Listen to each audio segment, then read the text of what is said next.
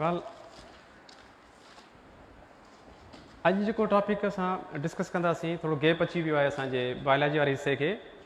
उन में जेको टॉपिक असां डिस्कस कंदासीं उहो चैप्टर नंबर 2 आहे 6th क्लास जो चैप्टर नंबर 2। उन में आहे सेंस ऑर्गन्स। सेंस ऑर्गन्स छा हूंदा आहिनि उन खां पहिरीं कुझु शयुनि ते थोरो पाण क्लियर कंदासीं। सेंस ऑर्गन्स खां पहिरीं कुझु जेके टर्मिनोलॉजी जेका बेसिक आहे छो या रिलेटेड आहे उन सेंस ऑर्गन्स सां, छो त सेंस ऑर्गन जेको आहे उहो सॼो रिलेटेड आहे असांजे ब्रेन ऐं नर्वस सिस्टम सां। उन्हनि में सभु खां पहिरीं सेंसिटिविटी। सेंसिटिविटी आहे छा? Sensitivity is the ability to detect the stimulus. इन में लफ़्ज़ थो अचे स्टिम्युलस। स्टिम्युलस छा खे चवंदा आहियूं असां? स्टिम्युलस यानी कि को बि तहरुक, का बि तब्दीली, का बि अहिड़ी चेंजिंग जेका असांजे इनसाइड हुजे या आउटसाइड हुजे उन तहरुक खे असां चवंदा आहियूं स्टिम्युलस। लफ़्ज़ असां स्टिम्युलस बि यूज़ कंदा आहियूं ऐं ॿियो स्टिम्युलाई बि यूज़ कंदा आहियूं। ठीकु आहे। हाणे जेको नर्वस सिस्टम असांजो जेको असांजे जिस्म सां जेको पूरे जिस्म खे कंट्रोल कंदो आहे उन में जेका बि स्टिम्युलेशन जेका हूंदी आहे उन जा असां वटि केतिरा ई टाइप्स हूंदा आहिनि। मुख़्तलिफ़ स्टिम्युलाई असांजे माहौल मां जिस्म में दाख़िल थींदा आहिनि ऐं माहौल जे हिसाब सां असांजो ब्रेन उन खे डिटेक्ट करे पोइ उन ते रिस्पॉन्स ॾींदो आहे। उन रिस्पॉन्स ॾियण जो हिकिड़ो तरीक़ेकार हूंदो आहे। स्टिम्युलाई मीन्स चेंजिंग। उन खे रिसीव करण जे लाइ असां वटि रिसेप्टर्स हूंदा आहिनि। रिसेप्टर्स छा खे चवंदा आहियूं? रिसेप्टर्स मीन्स रिसीविंग हिकिड़ा सेल्स हूंदा आहिनि, यानी कि का बि तहरुक, का बि तब्दीली जेका माहौल मां जिस्म में दाख़िल थींदी आहे उन तब्दीली या तहरुक खे या स्टिम्युलस खे रिसीव करण जे लाइ असां वटि सेल्स या ऑर्गन्स मौजूदु आहिनि। उन्हनि खे असां रिसेप्टर्स चवंदा आहियूं। रिसेप्टर्स रिसेप्शनिस्ट यानी कि रिसीव करण वारा। ठीकु आहे बाबा। अच्छा, उन रिसेप्टर्स खे जॾहिं उन्हनि खे स्टिम्युलाई डिटेक्ट थींदी आहे रिसेप्टर जेका आहे जेका मुख़्तलिफ़ क़िस्म जा हिकिड़ा असां वटि सेल्स हूंदा आहिनि उहे पंहिंजी इंफॉर्मेशन रिसीव करे सेंसरी न्यूरॉन्स खे ॾींदा आहिनि। ऐं सेंसरी न्यूरॉन्स छा आहे? ब्रेन जो जेको आहे यूनिट आहे ऐं उहे सेंसरी न्यूरॉन वरी ब्रेन ताईं उहा इंफॉर्मेशन खणी ईंदा आहिनि। जॾहिं ब्रेन ताईं इंफॉर्मेशन वेंदी आहे त ब्रेन वरी इंटरप्रेट कंदो आहे, उनखे असांखे महसूसु कराईंदो आहे त उहा स्टिम्युलस या तब्दीली या चेंजिंग कहिड़ी आई। उनखे उहो इफेक्टर जी तरफ़ मोकिलींदो आहे, आख़िर में असांखे रिस्पॉन्स मिलंदो आहे। ठीकु आहे। हाणे उन्हनि में जेके स्टिम्युलस जा मुख़्तलिफ़ हिकिड़ा एग्ज़ाम्पल जेका मूं ते मेंशन कया आहिनि। लाइट, रोशनी, इहो हिकिड़ो क़िस्म जो स्टिम्युलस आहे ऐं इन खे रिसीव करण जे लाइ असां वटि आइज़ मौजूदु आहिनि। लाइट खे रिसीव करण जे लाइ असां वटि आइज़ जे थ्रू लाइट असांजे जेके आहिनि ह्यूमन जा जेके असांजा जेके रिसेप्टर असां वटि मौजूदु आहिनि आइज़ में उहे रिसीव कनि था ऐं असांजो ब्रेन वरी उनखे असांखे ॿुधाए थो त उहो अक्स या लाइट कहिड़ी अंदरि दाख़िल थी आहे। अहिड़े हिसाब सां साउंड आहे। साउंड बि स्टिम्युलस जो क़िस्म आहे। आवाज़ जो तहरुक असांजे जेको आहे असां वटि सेंस ऑर्गन्स मौजूदु आहिनि। 5 हवासी सिस्टम मौजूदु आहे। 5 हवासी सिस्टम यानी कि 5 सेंस ऑर्गन्स असां वटि मौजूदु आहिनि ऐं उन्हनि जा मुख़्तलिफ़ जेके स्टिम्युलस जेके आहिनि रिसीव करण जे लाइ ऑर्गन्स असां वटि ऑलरेडी मौजूदु आहिनि। साउंड बि हिकिड़ो स्टिम्युलस आहे। कहिड़े क़िस्म जो आवाज़ु अचे थो, मां ॻाल्हायां पियो, इहो बि हिकिड़ो स्टिम्युलस आहे। माहौल में हिकिड़ी तब्दीली आई, उहा तब्दीली असांजे जेको सेंस ऑर्गन्स असां वटि कहिड़ो आहे उन जेको आहे स्टिम्युलस खे खणण जे लाइ साउंड खे ईयर मौजूदु आहे, कन मौजूदु आहिनि, उहे उनखे रिसीव कनि था। उन में मौजूदु रिसेप्टर उनखे रिसीव कनि था। ख़ुशबू या बदबू आहे या को बि जेको आहे माहौल में केमिकल को बि जेको आहे मौजूदगी जेका आहे उनजी उहे ऑर्डर जेको हूंदा आहे उनखे रिसीव करण जे लाइ नोज़ असां वटि मौजूदु आहे। ख़ुशबू या बदबू या मुख़्तलिफ़ क़िस्म जा बि केमिकल्स असांजो नोज़ डिटेक्ट करे थो, इहो बि सेंस ऑर्गन्स आहे। हीट ऐं कोल्ड, सर्दी गर्मी या मुख़्तलिफ़ जेके स्टिम्युलस असांजे माहौल में मौजूदु आहिनि उनखे रिसीव करण जे लाइ स्किन असां वटि मौजूदु आहे। प्लस में असां वटि टेस्ट बि आहे। हिकिड़ो ॿियो बि आहे टेस्ट यानी कि ज़ाइका।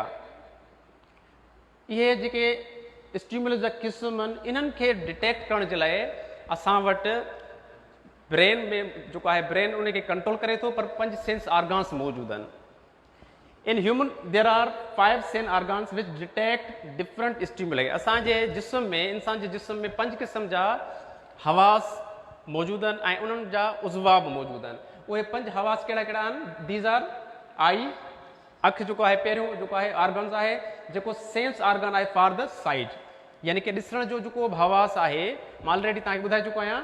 ॾिसण जो जेको बि हवास हूंदो आहे उनखे डिटेक्ट करण जे लाइ असां वटि आई मौजूदु आहे। पहिरियों सेंस ऑर्गन कहिड़ो आहे? आई। जेका बि रोशनी, अक्स या जेको बि विजन हूंदा आहे उनखे कंट्रोल कंदो आहे आई। उहो जेको आहे इन जो हिकिड़ो जेको निज़ाम आहे उहो असां डिटेल में पढ़ंदासीं इनशाला। अच्छा, ॿियो आहे ईयर। ईयर छा आहे, यानी कि असांजे माहौल में साउंड या मुख़्तलिफ़ क़िस्म जा जेके आवाज़ आहिनि उन जी जेकी मख़सूस फ्रीक्वेंसी रखियल आहे, हाणे उहो डिटेक्ट करण जे लाइ असां वटि कहिड़ो मौजूदु आहे, ईयर। उनखे उहो जेको आहे सेंस ऑर्गन जेको आहे छाजो आहे, ॿुधण जो, यानी कि ॿुधण जो जेको हवास आहे उनखे कंट्रोल करण जे लाइ असां वटि मौजूदु आहे ईयर। टियों नंबर असां वटि जेको आहे सेंस ऑर्गन आहे नोज़। नोज़ छाखे मेंटेन करे थो, कंट्रोल करे थो, स्मेल खे या केमिकल जेके असांजे माहौल में मौजूदु आहिनि, ख़ुशबू हुजे, बदबू हुजे या मुख़्तलिफ़ क़िस्म जा केमिकल्स जेके असांजे हवा में मौजूदु हुजनि उनखे कंट्रोल करण जे लाइ असां वटि टियों सेंस ऑर्गन मौजूदु आहे कहिड़ो, नोज़। उहो स्मेल खे मेंटेन करे थो। चौथों नंबर आहे टंग। टंग असां चवंदा आहियूं ज़ुबान खे। ज़ुबान जेका आहे उहा असां कहिड़े जेको आहे सेंस खे कंट्रोल कंदी आहे, टेस्ट खे। ऐं टेस्ट जा बि क़िस्म हूंदा आहिनि, ठीकु आहे, स्वीट टेस्ट बि आहे, जेको आहे साल्टी बि आहे, सोर खटो बि आहे, ठीकु आहे, ऐं चौथों जेको टेस्ट हूंदो आहे बिटर तिखो। उनखे कंट्रोल करण जे लाइ असां वटि टंग मौजूदु आहे। उन खां पोइ पंजों जेको आहे सेंस ऑर्गन असां वटि कहिड़ो आहे, स्किन। इहो मेजर सेंस ऑर्गन आहे, पूरे जिस्म जी जेका आहे कवरिंग आहे असांजी, ठीकु आहे। हाणे उहा जेका कवरिंग असांजे माहौल में मौजूदु मुख़्तलिफ़ क़िस्म जा जेके टेम्परेचर आहे या मुख़्तलिफ़ क़िस्म जो जेको आहे टच आहे, प्रेशर आहे, टेम्परेचर आहे, कोल्डनेस ऐं पेन, इहे सभु जेके आहिनि असांजो जेको रिसेप्टर्स मौजूदु हूंदा आहिनि छा में, स्किन में, जंहिंजे थ्रू असांजो जेको आहे उहो अहसासु जेको आहे टच वारो उहो असांखे फील कराईंदो आहे। Is it clear? इहे 5 सेंस ऑर्गन आहिनि असांजे जिस्म में। उन्हनि में सभ खां पहिरीं पाण पढ़ंदासीं आई, यानी कि पहिरियों जेको आहे सेंस ऑर्गन अखि, जेको उन जो हिकिड़ो मुकमल हिकिड़ो स्ट्रक्चर आहे, तव्हांजे बुक में बि मैंशन थियल आहे। तव्हां बुक में ॾिसंदव पेज नंबर इन में सेंस ऑर्गन्स में पेज नंबर 20 ते 6वीं क्लास जी जेका साइंस आहे उन में मौजूदु आहे हिकु मुकमल स्ट्रक्चर मौजूदु आहे आई जो। इन आई जे स्ट्रक्चर खे पाण डिटेल में पढ़ंदासीं त उन में कहिड़ा कहिड़ा स्ट्रक्चर्स मौजूदु हूंदा आहिनि। सभ खां पहिरीं थोरी मूं उन फिगर जेको आहे डायग्राम हिकिड़ी हिते शो कई आहे, साॻी फिगर आहे इन बुक में, साॻियो उन में मैंशन थियल आहे। कुझु उन जा मेजर पार्ट्स पढ़ंदासीं, ऐं डिटेल तमामु घणी हूंदी आहे, ठीकु आहे। इन खे तव्हां जेका इनखे ड्राइण जी ज़रूरत आहे ड्राए छॾियूं भले, ठीकु आहे। थोरो पाण डिटेल में उन नंढियूं नंढियूं शयुनि खे थोरो मैंशन कंदासीं। उन्हनि में सभ खां पहिरीं आइज़ जेको आहे उन जे स्ट्रक्चर खे थोरो डिटेल में पढ़ंदासीं। मेजर पार्ट ऑफ द आइज़, मेजर पार्ट ऑफ द आइज़ कहिड़ा कहिड़ा आहिनि असांजे आइज़ में? सभ खां पहिरीं जेको आहे आई जेको बॉल लाइक स्ट्रक्चर हूंदो आहे, आइज़ छा आहे, बॉल लाइक हिकिड़ो स्ट्रक्चर आहे, उहो बि हिकिड़ो टिश्यूज़ जो ठहियलु आहे। उन जा मेजर पार्ट कहिड़ा कहिड़ा हूंदा आहिनि? मेजर पार्ट्स में आयरिस आहे, मेजर पार्ट जेको आहे उन्हनि में पहिरियों आहे कॉर्निया, पहिरियों आहे कॉर्निया, हिते मूं मैंशन कयो आहे कॉर्निया। आई जे स्ट्रक्चर में कॉर्निया, कॉर्निया छा हूंदो आहे? कॉर्निया खां पोइ आहे आयरिस एंड प्यूपल, इहो बुक में सॼो मैंशन थियल आहे, आयरिस एंड प्यूपिल। उन खां पोइ आहे लेंस, उन खां पोइ आहे रेटिना, ठीकु आहे।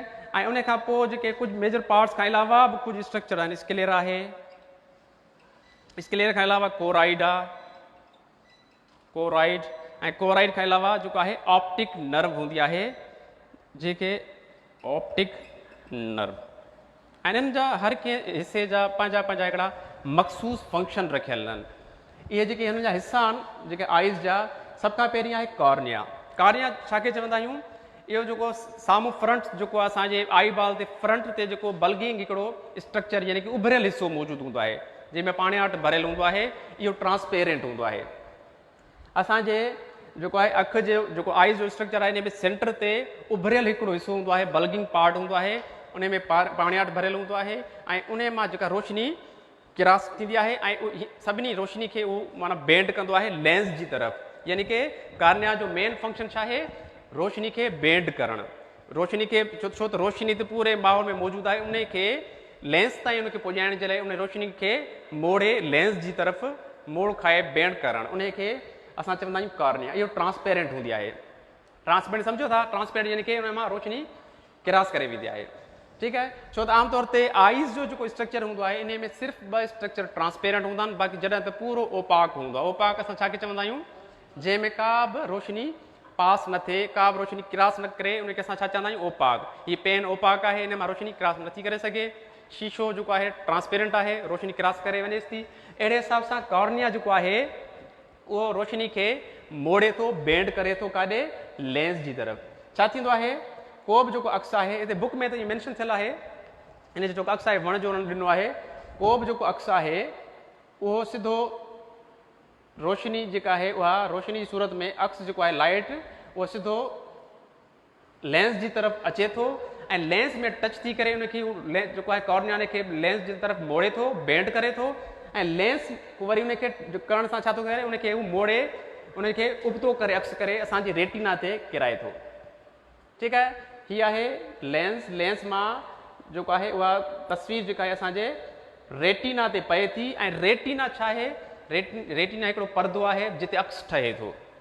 रेटिना छा आहे, परदो जिते अक्स ठहे थो। का बि रोशनी जेका जॾहिं दाख़िल थिए थी उन में असांजे रोशनी वारे माहौल में तस्वीरी माहौल आहे, विजन जेका असांजी आहे, जेकर साम्हूं को माण्हू आहे त माण्हू जो अक्स उहो जेको आहे सिधी सूरत में सिधो असांजे लेंस मां पास थी करे किथे पवंदो, रेटिना में। रेटिना छा हूंदो आहे, रेटिना जेको हूंदो आहे इहा स्क्रीन हूंदी आहे, यानी कि जिते अक्स जेको आहे उल्टे सूरत में उते पवंदो आहे, यानी कि छो त जेको आहे सिधी सूरत में, छो त जेका लाइट जेका सिधी जेको क्रॉस करे लेंस जी तरफ़ ईंदी आहे त उते हू मोड़ खाईंदी आहे। उनजो जेको अपर एरिया जेको एंटेरियर ऐं पोस्टेरियर जेको पार्ट आहे उहो मोड़ खाईंदो आहे, इन करे अक्स रेटिना ते उबतो वञी किरंदो आहे। ठीकु आहे, इनखे ॿ पॉइंट हूंदियूं आहिनि, तव्हां बुक में इहो मैंशन सॼो थियल आहे, उनखे तव्हां ॾिसंदव त अक्स असांजो साम्हूं जेका बि तस्वीर हूंदी आहे या सिधी माना जेका आहे रेटिना ते साम्हूं सिधी न पवंदी आहे, उहो उल्टी पवंदी आहे। छो त असां वटि जेको लेंस आहे, लेंस कॉन्वेक्स हूंदो आहे, ठीकु आहे, उभरियल हूंदो आहे ऐं उहा रोशनी जी पॉइंट खे मोड़ खाए ऐं स्क्रीन जी तरफ़ उमाणींदो आहे। को बि हिकिड़ो फर्ज़ु कयो वण आहे त उन अक्स सिधो उल्टो पवंदो रेटिना ते। रेटिना छा आहे, उहो परदो आहे जिते अक्स उल्टो पवंदो आहे। अच्छा, उन खां पोइ आहे आइरिस। आइरिस छा हूंदो आहे, ॿियो पार्ट हूंदो आहे आइरिस। आइरिस ऐं प्यूपल। आइरिस छा हूंदो आहे, आइरिस वरी कलर्ड पार्ट हूंदो आहे। असांजी आइज़ में सेंटर ते तव्हां नज़र विझंदव त तव्हांखे मुख़्तलिफ़ क़िस्म जा असां चवंदा आहियूं त जेको आहे कंहिंजो ब्राउन कलर आहे अखियुनि जो, कंहिंजो केट आइज़ आहे, ब्लू आइज़ आहे, ब्लैक आहे। हाणे इहे जेको रोशनी जेको कलर्ड आहे, कलर्ड पार्ट जेको हूंदो आहे मथां, उन कलर्ड पार्ट खे असां छा चवंदा आहियूं, आइरिस। छा चवंदा आहियूं, आइरिस। आइरिस जेको आहे जेको कलर्ड पार्ट आहे ऐं इन जे सेंटर ते हिकिड़ो सोराख़ हूंदो आहे जंहिंमां रोशनी पास थींदी आहे, उनखे असां चवंदा आहियूं प्यूपिल। आइरिस कलर्ड हूंदो आहे ऐं उन जी सोराख़ जेको आहे उनखे असां छा चवंदा आहियूं, प्यूपिल। हीअ कलर्ड पार्ट हूंदो आहे, ठीकु आहे, ऐं इन जेको सोराख़, छो त प्यूपिल जेको आहे लाइट जी जेका मिक़दार हूंदी आहे, केतिरी अचे थी केतिरी वञे थी, उनखे हू मेंटेन कंदो आहे, उनखे हू घटि वधि थींदो रहंदो आहे। तेज़ रोशनी ईंदी, तेज़ जेका शदीद जेका रोशनी आहे उहा जेको ऑप्टिक नर्व खे डैमेज करे सघे थी।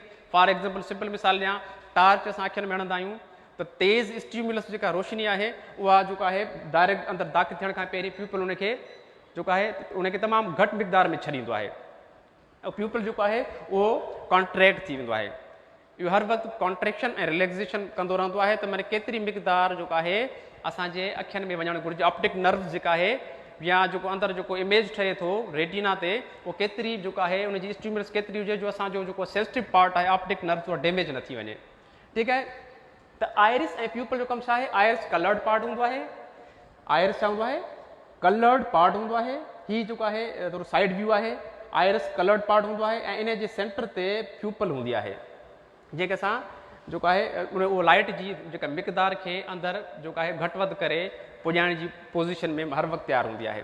ठीकु आहे, जॾहिं उन मां जेका लेंस मां जेका प्यूपिल मां जॾहिं रोशनी क्रॉस कंदी आहे त उहा जेका आहे रोशनी जी जेका आहे सिधी जेका आहे उहा जेको जेके रोशनी जा जेके रेज़िस आहिनि उहे सिधा लेंस जी तरफ़ हलिया वेंदा आहिनि, लेंस मां पास थी करे रेटिना ते वञी पवंदा आहिनि। लेंस जेको हूंदो आहे, इंसान जो जेको लेंस हूंदो आहे, असांजो जेको नेचुरली जेको लेंस आहे उहो कॉन्वेक्स टाइप ते ठहियलु आहे। कॉन्वेक्स जो मक़सदु आहे थोरो स्लाइटली उभरियल हूंदो आहे, फ्लैट न हूंदो आहे। फ्लैट हुजे त डायरेक्ट जेको अक्स सिधो वञी पए रेटिना ते, पर ही उभरियल हूंदो आहे। ऐं जेको लेंस जेको आहे असां वटि उन जेका आहे रोशनी जी जेका बि मिक़दार आहे या का बि जेका शइ अक्स अचे थो उन खे हू कलेक्ट करे उन खे सिधो किथे थो पुॼाए रेटिना ते। रेटिना जेका आहे जेके असां परदो चवंदा आहियूं, अंदरो परदो। ठीकु आहे, उन खां पोइ आहे लेंस खां पोइ रेटिना ते बची वियासीं। अच्छा, कुझु वरी ओपाक हिकिड़ा हिसा हूंदा आहिनि, सम्झो था जंहिंमां रोशनी पास नथी थी सघे, जेके वाइट कलर जो जेको असांजो आइज़ जो स्ट्रक्चर हूंदो आहे वाइट कलर जो, इन जेको तारे खां अलावा साइड ते उनखे असां छा चवंदा आहियूं, स्क्लेरा। हीअ आहे स्क्लेरा, हीअ वाइट पार्ट हूंदो आहे, हीअ आहे स्क्लेरा। जेको वाइटिश एरिया आहे उनखे असां छा चवंदा आहियूं, स्क्लेरा। इन में रोशनी पास न थी सघंदी आहे, इन में पाणियाट भरियल हूंदो आहे। उन पाणियाट खे असां चवंदा आहियूं एक्वाशियस ह्यूमर, यानी कि पाणियाट हिकिड़ो मटीरियल जेको ऑप्टिक नर्व्स ते, छो त जेको आहे ट्रांसपेरेंट हूंदो त उहा सॼी रोशनी इन जे ज़रिए पास थी वञी उन ऑप्टिक नर्व खे डैमेज करे सघे थी। इन जे करे कुदरत असांखे इहो जेको आहे ओपाक मटीरियल ॾिनो आहे, सिर्फ़ु एंट्री ॾिनी अथसि जंहिंमां रोशनी पास थिए लेंस जे थ्रू। अचे सम्झ में? अच्छा, उन खां पोइ जेको आउटर एरिया जेको स्क्लेरा खां पोइ वरी कुझु टिश्यूज़ हूंदा आहिनि। मथियों जेको वाइट एरिया स्क्लेरा उनखे चवंदा आहियूं। स्क्लेरा खां पोइ विच में हिकिड़ो टिश्यू जो लेयर हूंदो आहे जेके असां कोराइड चवंदा आहियूं। कोराइड जेको आहे स्क्लेरा खां पोइ कोराइड। हाणे तव्हांखे हिकिड़ी शइ जो थोरो ख़्यालु रखिणो पवंदो त एग्ज़ाम जेके तव्हांजा जेका रिटन टेस्ट थींदी उन में कुझु अहिड़ा सुवाल बि ठाहे तव्हांजे अॻियां पेश कंदा आहिनि त बाबा हीअ जेको तरतीब ॿुधायो। ठीकु आहे न, स्क्लेरा खां पोइ जेको आहे कहिड़ो हिसो अचे थो, रेटिना अचे थो, कोराइड अचे थो, लेंस अचे थो, तरतीब। पर तव्हांखे ज़हन में हुजे त स्क्लेरा जेको आहे वाइट एरिया आहे, उन खां पोइ सेकंड जेका टिश्यूज़ आहे उहा आहे कोराइड। कोराइड खां पोइ आहे रेटिना। मथियों जेको आहे आई बॉल जेको असांजो आहे अखि जो जेको बॉल आहे, मथियों जेको वाइट लेयर आहे उनखे असां छा चवंदा आहियूं, स्क्लेरा। स्क्लेरा खां पोइ सेकंड टिश्यू जेको हूंदो आहे उनखे असां छा चवंदा आहियूं, कोराइड। कोराइड खां पोइ जेको थर्ड जेको टिश्यू जेको आख़िरी परदो हूंदो आहे उनखे असां चवंदा आहियूं रेटिना। छा चवंदा आहियूं, रेटिना। क्लियर थियो? उन खां पोइ अच्छा, इन खां पोइ जेको आहे जॾहिं अक्स पवंदो आहे रेटिना ते त उते मौजूदु असां वटि सेंसरी नर्व्स हूंदियूं आहिनि, हिकिड़ियूं नसूं हूंदियूं आहिनि जेके ब्रेन जी तरफ़ वेंदियूं आहिनि, उनखे असां चवंदा आहियूं ऑप्टिक नर्व्स। ऑप्टिक नर्व्स जो कमु छा हूंदो आहे, जेको अक्स जेको आहे उबदी हालत में पवंदो आहे असांजे रेटिना ते, त पोइ छा थींदो आहे उन खे सम्झण जे लाइ ऑप्टिक नर्व जेका आहे उहो साॻियो अक्स खणी ब्रेन जी तरफ़ खणी हली वेंदी आहे। इहे ऑप्टिक नर्व्स जेका आहे 1000 जेके आहिनि सेंसरी न्यूरॉन्स ते मुश्तमिल जेके नसूं हूंदियूं आहिनि, इन में हज़ारे नसूं हूंदियूं आहिनि, सनियूं जेके सेंसरी न्यूरॉन्स ते मुश्तमिल हूंदियूं आहिनि। हाणे उहे जेके सेंसरी न्यूरॉन जेके आहिनि ऑप्टिक नर्व्स, इहे सिधो वञी ब्रेन जी तरफ़ हली वेंदो ऐं ब्रेन वरी उनखे इंटरप्रेट कंदो, एक्सप्लेन कंदो त इहो अक्स छा आहे या विजन कहिड़े क़िस्म जी जेका आहे ठही आहे अंदरि। क्लियर थियो? जेका शइ सम्झ न अचे पोइ लास्ट में उन ते डिस्कस कंदासीं। हाणे उन खां पोइ आहे ऑप्टिक नर्व्स खां पोइ अच्छा कुझु वरी शयूं अहिड़ियूं बि आहिनि, कुझु वरी उन में कुझु ख़राबी बि थींदी आहे। असांजे आई स्ट्रक्चर में कुझु बीमारियूं या कुझु ख़राबी जेको आहे उहा थींदी आहे, उन्हनि ते थोरी नज़र विझंदासीं। सभ खां पहिरीं जेको आहे नज़र जी ख़राबी, यानी कि नज़र साइडनेस जेका हूंदी आहे उहा ख़राबु थींदी आहे। उनजा सबबु कहिड़ा हूंदा आहिनि, असां वटि विजन जा ॿ जेके आहिनि उहे सबबु हूंदा आहिनि, ॿ हिकिड़ा क़िस्म हूंदा आहिनि विजन जा, हिकिड़े परे जी नज़र जी ख़राबी, ॿी वेझे जी नज़र जी ख़राबी। अॼु सम्झ में? अच्छा, परे जी नज़र जी ख़राबी खे असां चवंदा आहियूं short sightedness. Short sightedness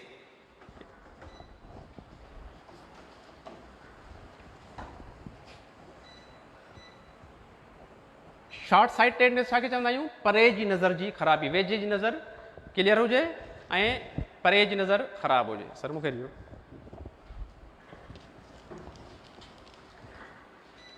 vision जा ॿ टाइप हूंदा आहिनि जेके अक्सर करे असांजे आइज़ में उहो ख़राबी जो सबबु बणिबा आहिनि। उहो विजन कहिड़ी कहिड़ी हूंदी आहे, हिकिड़ी हूंदी आहे शॉर्ट साइटेडनेस। शॉर्ट साइटेडनेस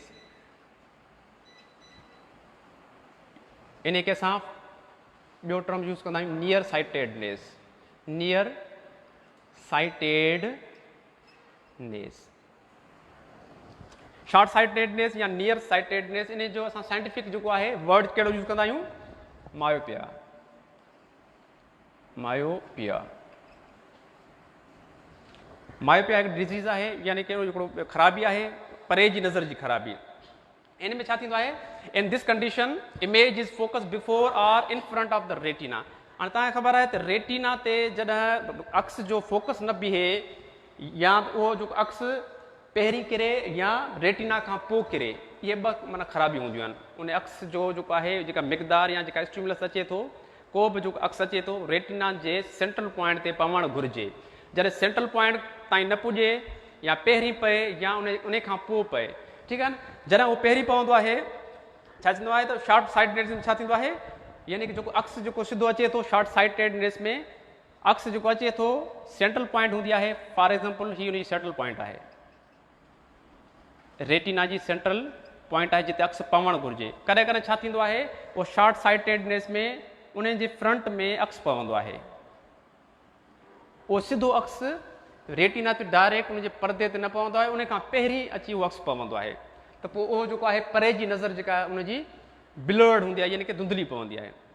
अक्स जेकॾहिं पहिरीं पए इन फ्रंट ऑफ द रेटिना पए, कॾहिं कॾहिं एग्ज़ाम में इहो माना सवाल ईंदो आहे त एनी कंडीशन जेकॾहिं का बि कंडीशन पहिरीं उन में अक्स जेको आहे इन फ्रंट पए या बिफोर द रेटिना को अक्स पए, त उन कंडीशन खे असां छा चवंदा आहियूं, शॉर्ट साइटेडनेस चवंदा आहियूं, लॉन्ग साइटेडनेस चवंदा आहियूं, मायोपिया हूंदो आहे या ॿिया जेके मुख़्तलिफ़ जेका तव्हांजा ऑप्शन अची सघनि था। जेकॾहिं इन फ्रंट हीअ आहे रेटिना जी सेंट्रल पॉइंट जिते ऑप्टिक नर्व्स अटैच आहिनि, ठीकु आहे। जेकॾहिं उहो सेंट्रल पॉइंट खां पहिरीं अक्स ठहे, उन कंडीशन खे असां छा चवंदा आहियूं, शॉर्ट साइटेडनेस या नियर साइटेडनेस, यानी कि मायोपिया, परे जी नज़र जी ख़राबी। Is it clear? ठीकु आहे। उन खां पोइ आहे लॉन्ग साइटेडनेस, लॉन्ग साइटेडनेस, इन खे असां फार साइटेडनेस बि चवंदा आहियूं, फार साइटेडनेस। वेझे जी नज़र जी ख़राबी, परे जी नज़र बिल्कुलु क्लियर हुजे ऐं वेझे जी नज़र जेका हुजे उहा ख़राबु हुजे, त उन खे असां छा चवंदा आहियूं, लॉन्ग साइटेडनेस, फार साइटेडनेस, या उन जेको साइंटिफिक टर्म्स यूज़ कंदा आहियूं हाइप्रोपिया। कहिड़ो यूज़ कंदा आहियूं, हाइप्रोपिया, ठीकु आहे। हाइप्रोपिया, हाइप्रोपिया, मायोपिया, मायोपिया यानी कि परे जी नज़र जी ख़राबी ऐं हाइप्रोपिया मीन्स वेझे जी नज़र जी ख़राबी। अच्छा, इन जो जेको आहे ॿियो बि हिकिड़ो टर्म यूज़ कंदा आहियूं, हाइप्रोमेट्रोपिया, हाइप्रोमेट्रोपिया, हाइप्रोमेट्रोपिया, हाइप्रोमेट्रोपिया ऐं हाइप्रोपिया ॻाल्हि साॻी आहे, ठीकु आहे। यानी कि शॉर्ट साइटेडनेस, ॿियो लॉन्ग साइटेडनेस। लॉन्ग साइटेडनेस यानी कि वेझे जी नज़र जी ख़राबी। इन में छा थींदो आहे, इन कंडीशन में छा थींदो आहे, यानी कि शॉर्ट साइटेडनेस में जेको अक्स पए थो in front of the retina, retina जे साम्हूं या उन खां पहिरीं वञी उहो अक्स पवंदो आहे, ठीकु आहे। जॾहिं त लॉन्ग साइटेडनेस यानी कि वेझे जी नज़र जी ख़राबी में छा थींदो आहे, रेटिना खां पोइ वञी अक्स क्रॉस करे, हीअ रेटिना जो परदो हूंदो आहे, उन सेंट्रल पॉइंट हिते हुअणु घुरिजे, हीअ हिनखे क्रॉस करे वेंदो आहे, रेटिना खां बि क्रॉस करे वेंदो आहे, त उनखे असां चवंदा आहियूं वेझे जी नज़र जी ख़राबी, यानी कि वेझे जी नज़र जी ख़राबी खे फार साइटेडनेस या हाइप्रोपिया, हाइप्रोमेट्रोपिया। क्लियर थियो? क्लियर थियो? जेकर का ॻाल्हि सम्झ न आई हुजे त उन ते पोइ वरी डिस्कस कयूं था। अच्छा, उन खां अलावा हिन हीअ ॿ कंडीशन हूंदियूं आहिनि, माना विजन जी ख़राबी, नज़र जी ख़राबी। इन खां अलावा खोड़ ईअं त केतिरियूं ई माना समय बीमारियूं आहिनि, उन ते पाण नज़र कोन विझंदासीं, सिर्फ़ु ॿ उन्हनि मां मेंशन कंदासीं जेके आम हूंदियूं आहिनि, जेके असां चवंदा आहियूं कैटारेक्ट या सफ़ेद मोतियो। कैटारेक्ट, कैटारेक्ट छा खे चवंदा आहियूं, कैटारेक्ट चवंदा आहियूं सफ़ेद मोतियो, जंहिंखे असां अछो मोतियो बि चवंदा आहियूं, सफ़ेद मोतियो सिंधी में चवंदा आहियूं कैटारेक्ट। कैटारेक्ट कहिड़ी बीमारी आहे, कहिड़ी कंडीशन आहे, यानी कि जंहिंमें जेको आहे फोगी या क्लाउडी को बि स्ट्रक्चर लेंस जे अॻियां अची वञे। सफ़ेद मोतियो या अछो मोतियो जेको आहे नज़र जी ख़राबी जो बि सबबु बणिबो आहे। जॾहिं उनखे छॾियो वञे, अॻिते कुझु अरसे खां पोइ छा थींदो आहे, उहो वञी कॾहिं कॾहिं जेको आहे कारे मोतीअ में बि कन्वर्ट थी वेंदो आहे, यानी कि ऑप्टिक नर्व्स खे बि डैमेज करे विझंदो आहे। हिन में नज़र जेको आहे तमामु वीक थींदी आहे, स्टार्टिंग में नज़र वीक थींदी आहे, जॾहिं उनखे अञा छॾियो वञे कुझु सालनि ताईं, त उहो छो त कार्निया जे अॻियां लेंस जे साम्हूं हिकिड़ो जेको पाणियाठ भरिजी वेंदो आहे, उन पाणियाठी जेको स्ट्रक्चर हूंदो आहे उहो थोरो क्लाउडी हूंदो आहे, यानी कि सफ़ेद टाइप ते हूंदो आहे। उन खे असां केटारेक्ट चवंदा आहियूं। अच्छा, ॿियो हूंदो आहे ग्लाकोमा। ग्लाकोमा छा हूंदो आहे? ग्लाकोमा जेको आहे जेके असां चवंदा आहियूं कारो मोतियो। ॿिन्ही में थोरो फ़र्क़ु हूंदो आहे, सफ़ेद मोतियो ऐं कारो मोतियो। सफ़ेद मोतियो जेको आहे उहो क्यूरेबल हूंदो आहे, यानी कि जो इलाजु हूंदो आहे, जॾहिं त कारे मोतियो जो को बि इलाजु न हूंदो आहे। छो इलाजु न हूंदो आहे? फ़र्क़ु छा हूंदो आहे? सफ़ेद मोतियो ऑपरेशन जे ज़रिए उहो जेको पाणियाठ हूंदो आहे, लेंस जे मथां जेको पाणी अची वेंदो आहे क्लाउडी टाइप ते, सफ़ेद टाइप ते, उनखे कढियो वेंदो आहे। कॉर्निया खे अलॻि करे, लेंस खे जेको आहे पाणी मौजूदु आहे उनखे साफ़ करे जेको आहे ॿीहर उनखे ऑपरेशन जे ज़रिए ऑपरेट करे क्लियर कयो वेंदो आहे। पर हीउ जेको आहे ग्लाकोमा कारो मोतियो, इन में छा थींदो आहे त जेके ऑप्टिक जेका नर्व हूंदी आहे उहा डैमेज थी पवंदी आहे। छो त ऑप्टिक नर्व ई जेको आहे मेन जेको आहे पार्ट आहे जेका असांजी विजन खे कंट्रोल थी करे। छो त जेका बि इमेज रिसीव थिए थो इन खे ब्रेन ताईं पुॼाए थी ऑप्टिक नर्व। जेका बि रोशनी आहे, कलर आहे, विजन आहे, उन खे केसि ताईं पुॼाए थो? ब्रेन ताईं पुॼाइण जो कमु आहे ऑप्टिक नर्व्स जो। ठीकु आहे। ऑप्टिक नर्व जी ख़राबी या डैमेज थी पए छाजे करे? ग्लाकोमा जेके असां कारो मोतियो चवंदा आहियूं। ग्लाकोमा जेको आहे उहो छा कंदो आहे? जॾहिं आइज़ में प्रेशर वधी वेंदो आहे, जॾहिं इहो इन जा खोड़ सबब आहिनि, जेनेटिक्स बि थी सघे थी, मोरूसी बि थी सघे थी, या को धकु लॻी वञे।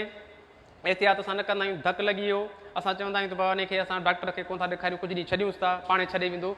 छो त हीउ मेन जेको आहे स्ट्रक्चर आहे असांजे जिस्म जो, इन में जेकर थोरी बेहतियाती कई वञे त उहो जेको आहे ब्लाइंडनेस जी तरफ़ हलियो वेंदो आहे माण्हू। अॼु असल में त जॾहिं प्रेशर वधंदो आहे आई बॉल में, उनजी नसुनि ते प्रेशर पवंदो आहे त उनजे प्रेशर जे करे ऑप्टिक नर्व जेका आहे उहा डैमेज थी पवंदी आहे। ऐं ऑप्टिक नर्व जो मेन कमु आहे इन विजन खे ब्रेन ताईं पुॼाइणु ऐं ब्रेन खां रिस्पॉन्स वठणु। अची सम्झ में?